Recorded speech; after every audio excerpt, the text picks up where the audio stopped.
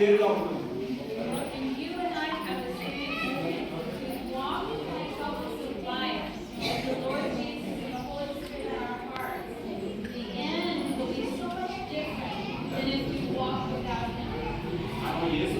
కలుసుకోండి ఆయనతో ఉన్నప్పుడు మనం ఈ లోకంలో నడిచేటటువంటి నడవడి లేదంటే ఈ జీవితం ఎన్ని కష్టాలు వచ్చినా ఎన్ని శ్రమలు వచ్చినా ఆఖరికి మనకి ప్రభుత్వం మన జీవితం అది సార్థకంగాను దేవుని యొక్క రాజ్యానికి యేసు ప్రభు లేకుండా జీవించేటటువంటి జీవితం ఎందుకు బాగా జీవితంగా అయిపోతాం.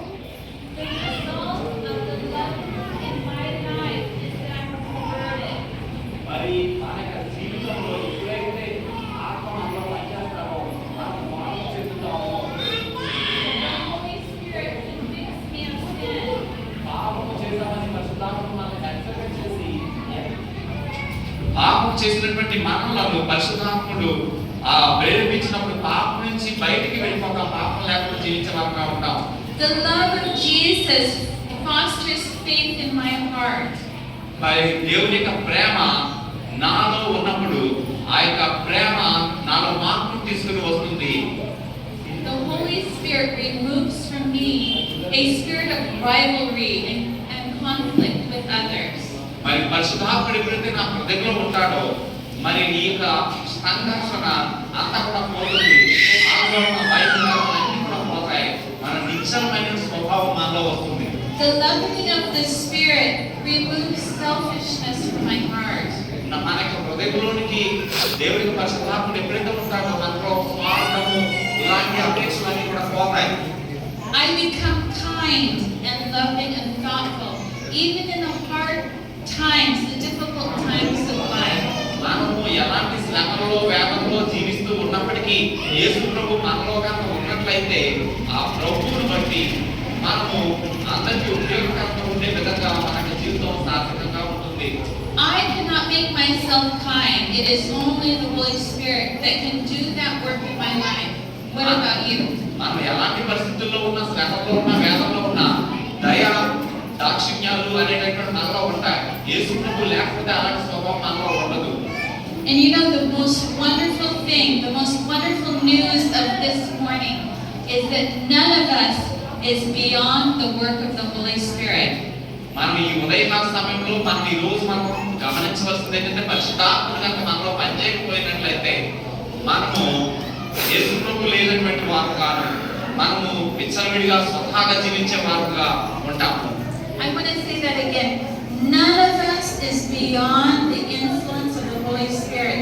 He is ready, willing, able, and eager to change our life. ఎప్పుడైతే పరిశుద్ధాత్ముడు మనలో పనిచేస్తారో వారి తక్షణమే వారి యొక్క జీవితం మారిపోతుంది. వారు దేవునికి రాజ్యానికి అనువుగా, దేవుని వాక్యానికి విధేయులుగా, వారు విధేయత కలిగి జీవించేటటువంటి వారుగా ఉంటారు. We all know the story of how Jesus and his disciples came by boat to a land and found there a man possessed by evil spirits. మనకి యేసు ప్రభువారు ఆ యొక్క రోజుల్లో శిష్యులు వారు కలిసి ఆ దోణిని దిగినప్పుడు అక్కడ దెయ్యం చేత పట్టబడినటువంటి దెయ్యం పట్టినటువంటి వాడు ఆ దోణి దగ్గరికి వచ్చినప్పుడు సన్నివేశాన్ని మనం చూసినట్లయితే That man was beyond hope and help. ఆ యొక్క మనుషుడు ఏమంటే నిరీక్షణ లేనటువంటి వాడుగా, తన జీవితం పాడైపోయింది అనేటటువంటి వాడుగా ఉన్నాడు. Except when he met Jesus. ఎప్పుడైతే యేసుక్రీస్తు ప్రభు చూశాడో ఆ చూసినప్పుడు నా జీవితం ఏమైందో మనకు తెలుసు. యేసు ప్రభు లేకపోతే ఉన్నటువంటి ముందు జీవితం ఏమలా ఉందో మనకు తెలుసు. Jesus loves to rescue every life. He wants to rescue your life. He wants to save me. ఆ దెయ్యం పట్టినటువంటి ఆ మనుషుని ఎలా రక్షించున్నారో అలాగే మనల్ని కూడా రక్షించగలిగిన సమర్థుడు. యేసు ప్రభువు లేకపోయినట్లయితే రక్షించబడము మనము. God is eager to restore in us His image. దేవుడు మనలను ఆయన స్వరూపంలోనికి, ఆయన గుణలక్షణాలలోనికి, ఆయన గుణశీలతలోనికి మనం మారుస్తూ ఉన్నాడు. God's kingdom, the kingdom of Jesus, is a kingdom where He is changing one man, one woman, one boy, one girl at a time. దేవుని రాజ్యంలోనికి ఒక మనుషుడు, ఒక స్త్రీ, ఒక బాలుడు, ఒక బాలిక అందరూ కూడా మార్పు చెందినటువంటి వారుగా ఆయన రాజ్యానికి రాబోతున్నాము ఉన్నాము. And when people see the unexplained change in your life, the unexplained change in my life, they can ask, what has made the difference?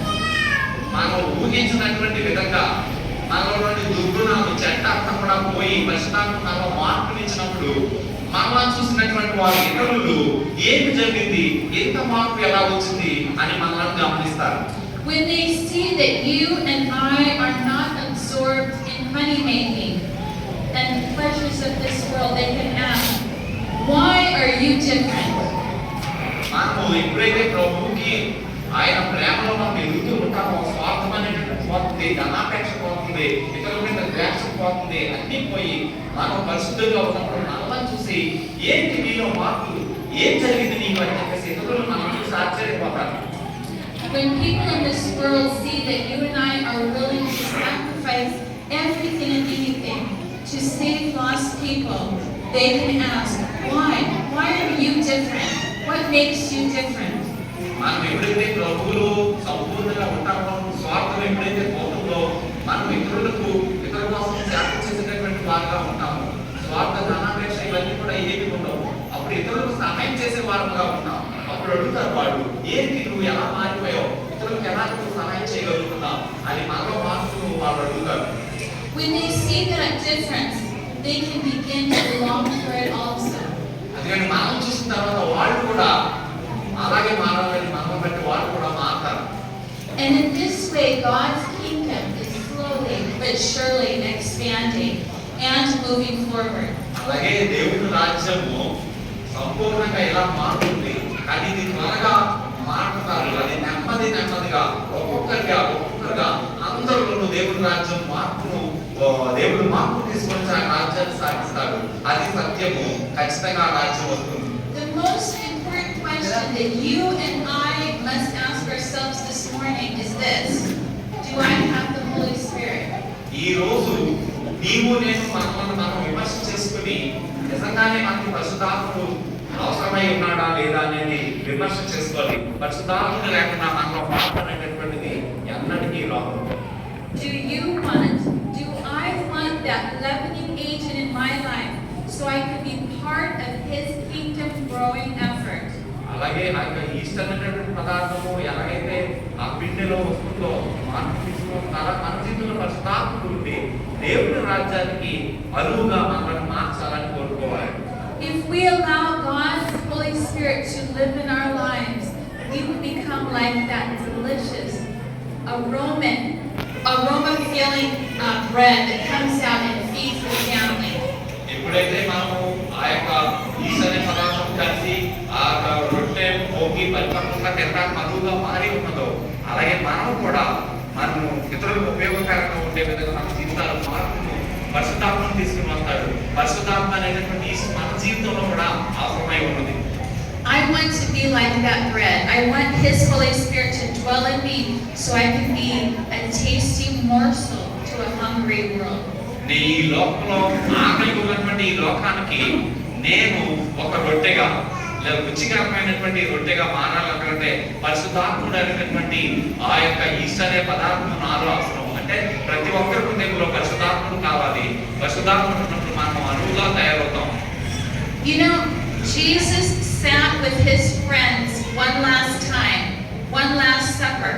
And when He had finished eating the bread and drinking the juice at that table, He made them a promise.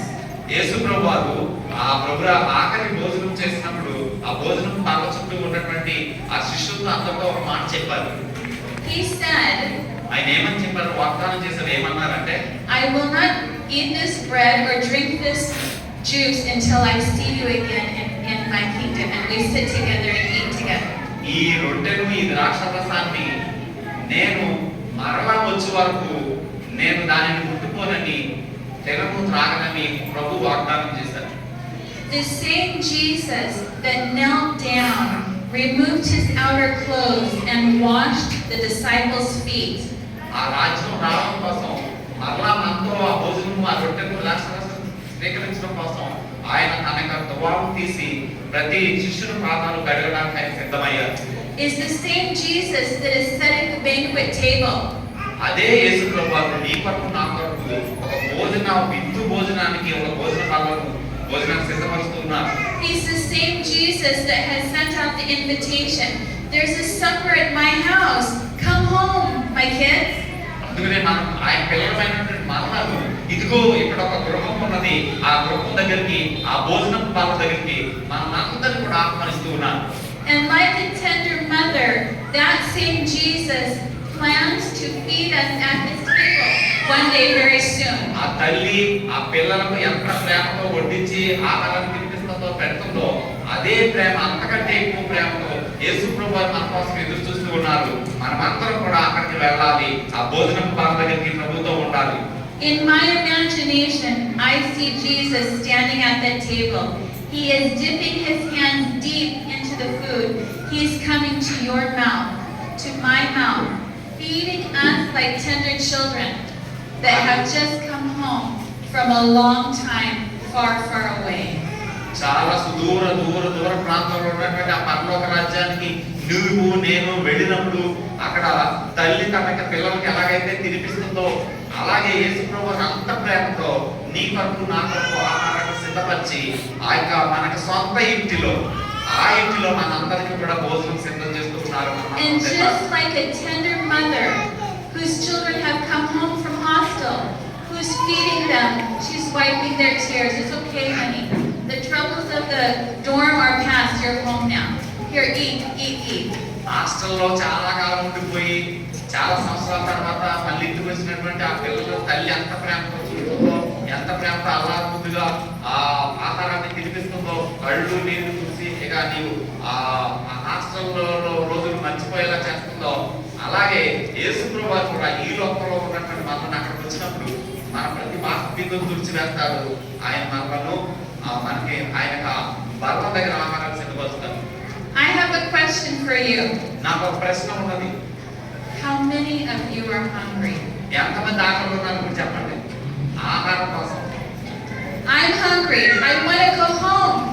నేను ఆకలిగా ఉన్నాను. ఎక్కడికి వెళ్ళాలి? మన ఇల్లు ఎక్కడ ఉంది? పరలోకంలో ఉంది మన ఇల్లు. భోజనం ఎక్కడ ఉంది? అసలు భోజనం. And friends, there's somebody else who's hungry. మన స్నేహితులు కూడా ఆకలిగా ఉన్నారు. Jesus is not eating until you come home. He's not drinking the juice till you come home. యేసు ప్రభువు వాగ్దానం ఏంటంటే ఆయన చేసింది మరలా మనమందరం అక్కడికి వెళ్ళే వరకు కూడా ఆ రొట్టెను భుజించము, ఆ ద్రాక్ష రసాన్ని తాగాలని ఆయన వాగ్దానం చేశాడు. మనమందరం వెళ్ళిన తర్వాత మనతో ఆ రొట్టెను ఆ ద్రాక్ష రసాన్ని తాగుతానని వాగ్దానం చేశాడు శిష్యులకు. So I challenge you, finish this church, sit here and enjoy it, but don't be content here. There's a home that we need to go to quickly. There's a Father who's waiting, who's hungry, who's asking us, are you hungry too? Come home. ఇక్కడ ఇంత సుందరమైన దేవాలయం నిర్మించి దీనిలో మనము దేవుని వాక్యమైన ఆహారాన్ని భుజించి ఇదంతా కూడా సువార్తను ప్రకటించి ఇంతే కాదు ఇది ముగించుకుని మనం మన సొంత ఇంటికి వెళ్ళవలసిన వాళ్ళమై ఉన్నాం. సొంత ఇల్లు ఎక్కడ ఉంది? పరలోకంలో ఉన్నది. ఆ పరలోకంలో దేవుడు మనతో కలిసి తినడానికి ఆహారాన్ని మనకి పెట్టడానికి ఆయన సిద్ధం చేస్తూ ఉన్నాడు. Let's go home. కాబట్టి మనం ఇంటికి వెళ్ళిపోదాం. ఎక్కడికి వెళ్దాం? మన ఇల్లు ఎక్కడ ఉంది? గట్టిగా చెప్పండి. సొంత ఇల్లు పరలోకంలో ఉంది. ఈ భూమి మీద ఇల్లు ఇక్కడ మనం యాత్రికులము, పరదేశులం. ఈ ఇల్లు మంత కాదు, పరదేశులము ప్రియులారా. ఎప్పుడు పడతాం? సో అది అంతేకాదు ఎంతకాలం ఉన్నా ఈ పౌరులం కాదు, ఈ దేశము మంద కాదు, ఈ భూమి మంద కాదు, అన్ని వదిలిపెట్టి వెళ్ళాలి. అందరూ చక్కగా చెప్పారు. ఉపమానం దేవుడు వారిని దీవించాలి. మనము వారు చెప్పినట్లు యేసు ప్రభువు అనేటటువంటి పరిశుద్ధాత్మ దేవుడు మనలో ఉండాలి. దేవుడు మనం దీవించుతాడు.